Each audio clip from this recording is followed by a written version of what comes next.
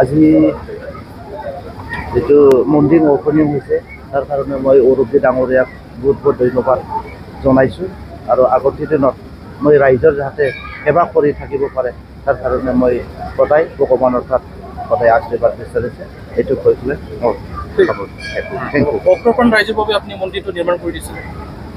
অঁ এইটোতো অপেনিং হৈ গ'ল, আগন্তুক দিনৰ মই আকৌ ৰাইজৰ কাৰণে সেৱা কৰি থাকিম। মই মোৰ ফেমিলিৰ ফালৰ পৰা অন্তৰৰ পৰা মনোৰঞ্জন ব্ৰহ্ম ডাঙৰীয়া অতি আমাৰ মৰমৰ দাদা আৰু তেখেতৰ পৰিয়ালে সহযোগ কৰি পেলাই আজি যি দুধমা সমষ্টিৰ অন্তৰ্গত শ্বেৰখানগুৰিত যে ইমান ডাঙৰ এখন মন্দিৰ ৰাইজক মানে উপহাৰ দিলে, মই আজি ইয়াতে উপস্থিত হৈ আৰু আজি উদ্বোধনী সময়ত তেখেতৰ লগত সংগ দি মই নিজকে বহুত গৰ্ব অনুভৱ কৰিছোঁ আৰু বিচাৰোঁ যে ভগৱানে তেখেতক আৰু শক্তি দিয়ক। আগন্তুক দিনতো বহুত কাম কৰিবলগীয়া আছে, আমি সকলোৱে মিলি যাতে ৰাইজৰ এনেকুৱা কিছুমান মানে নিধি বস্তু আমি যাতে পূৰণ কৰিব পাৰোঁ। মনোৰঞ্জন সম্ভাব্য প্ৰাৰ্থী হয় তেওঁ শুনক, আমি এটা কথা জানো যে বৃক্ষ তোমাৰ নাম কি ক'লে পৰিচয়।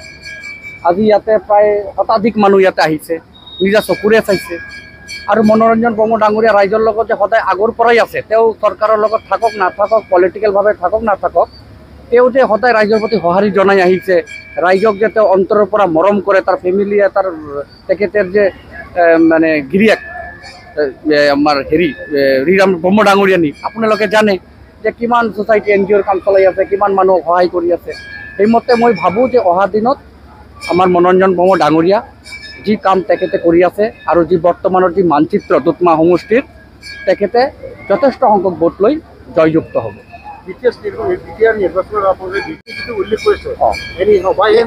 হুক এণ্ড ক্ৰুক মানে আমি সাংগঠনিকভাৱে যেনে কোনো মানে কাৰ্যকৰ্তা মানে ধৰক লেহেমীয়া যি তাৰ দায়িত্ব, কেতিয়াবা ধৰক 6 ঘণ্টা দলৰ কাৰণে দিব লাগিব নিৰ্বাচনৰ সময়ত বা 8 ঘণ্টা দিব লাগিব। এতিয়া ধৰক কোনোবা কাৰ্যকৰ্তা যদি অলপ লেহেমীয়া কৰে তেনেহ'লে সেই কাৰ্যকৰ্তাক আৰু বুষ্টেড কৰি আৰু লাগিলে মেন পাৱাৰ পৰাই সাংগঠনিক ভেটি স্থিতি ষ্ট্ৰং কৰি আমি জয়যুক্ত হ'ম। সেইটো অভিজ্ঞতাটো হ'বই, কাৰণ মই কৈছোঁ স্পেচিয়েলি কথাটো কৈছোঁ, আপোনালোকে ওদালগুৰি জিলাৰ এইটো মই ভুৱা কথা নহয় দেই, এইটো আপোনাৰ প্ৰেক্টিকেল।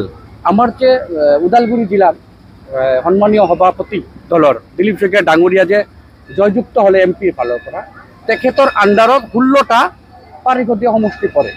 আপোনালোকে ডাটা ওলাব তেখেতে কিমান কিমান ভোট পাৰিষদীয় সমষ্টিত পাইছে, সেইমতে আমি এনেই গম পাওঁ যে 16টা সমষ্টিত কেইটা আমি পাম।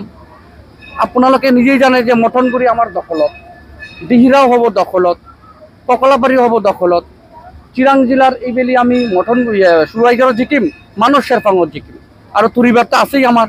কোকৰাঝাৰ জিলাত ৰাজীৱ ব্ৰহ্ম ডাঙৰীয়া, তেখেত ইমান দিনৰ মানে পুৰণা তেওঁ নেতা, তেওঁ ৰাইজৰ হৈ কাম কৰি আছে আৰু তেওঁ দিনী ৰাতি যেনেকৈ ৰাইজৰ লগত আছে, তো মানুহে ভোট দিবই। আমাৰ মনোৰঞ্জন ডাঙৰীয়া দুধমা সমষ্টিৰ পৰা তেওঁ প্ৰতিদ্বন্দ্বিতা কৰিব। মই ভাবোঁ নিশ্চয় তেখেতে জয়যুক্ত হ'ব, কাৰণ ৰাইজে মনোৰঞ্জন ব্ৰহ্ম ডাঙৰীয়াৰ প্ৰতি এটা বেলেগ চকুৰে দৃষ্টিৰে চায়। সেইকাৰণে ময়ো এজন কাৰ্যবাহী সদস্য বা দলৰ কাৰ্যকৰ্তা হিচাপে ময়ো বিচাৰোঁ ৰাজীৱ ব্ৰহ্ম ডাঙৰীয়া পুনৰ গাঁৱৰ পৰা সংখ্যাগৰিষ্ঠ ভোট লৈ জয়যুক্ত হওক, আমাৰ মনোৰঞ্জন ব্ৰহ্ম ডাঙৰীয়া জয়যুক্ত হওক। তেখেতসকল জয়যুক্ত হ'লে আমি আৰু কোকৰাঝাৰ ডিষ্ট্ৰিক্টত আৰু শক্তিশালী হ'ব পাৰিম। শুনক, মই এইটো মোৰ সমষ্টিত শুনক, চুকুৰালীও কৈ থাকে না কেতিয়াবা, আমাৰ এইবিলাক কথা নাই। ইয়াতে কংগ্ৰেছো আহিব, LDF আহিব, LDF আহি ক'ব জিকিম, কংগ্ৰেছো আহি ক'ব জিকিম, BPF ক'ব জিকিম, ট্ৰেক্টৰৰ দলীয় প্ৰাৰ্থী মানে ৱাৰ্কাৰসকলে ক'ব জিকিম। কোনে জিকিম কোনে হাৰিম সেইটো মুখত নহয়, মাৰ্কশ্বিটে কথা ক'ব। আমাৰ ল'ৰাক যেতিয়া পঢ়া শুনা কৰে তোৰ ফলাফল কি হ'ব, ফাৰ্ষ্ট ডিভিজন মাৰিম, দেখা গ'ল যে পাছেই নকৰিলে। সেইকাৰণে মাৰ্কশ্বিটে কথা ক'ব কাৰ কিমান পাৰ্চেণ্টেজ।